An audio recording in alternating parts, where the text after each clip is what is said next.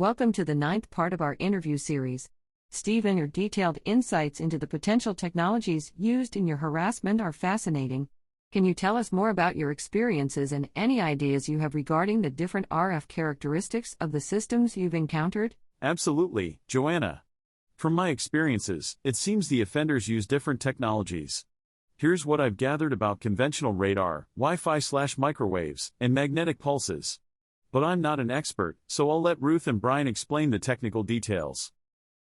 Thank you, Stephen.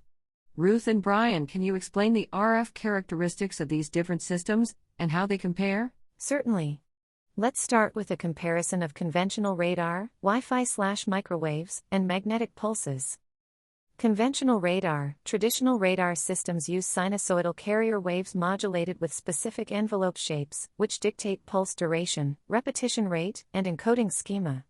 These systems utilize amplitude, phase, or frequency shift keying to encode information.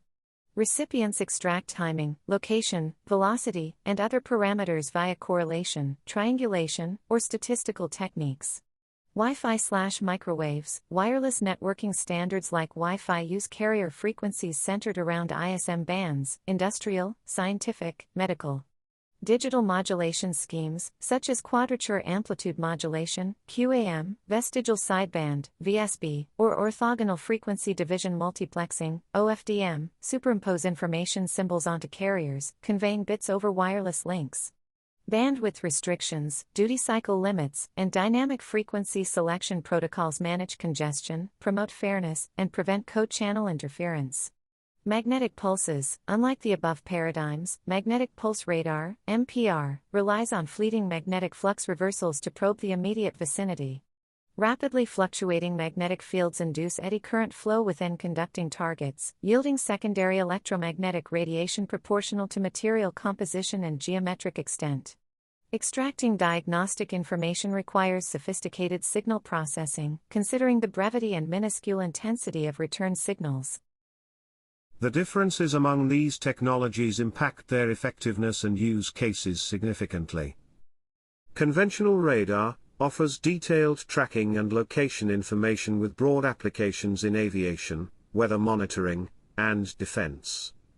Wi-Fi/microwaves provide high-speed data transmission for communication networks, with widespread use in consumer electronics, industrial automation, and medical devices.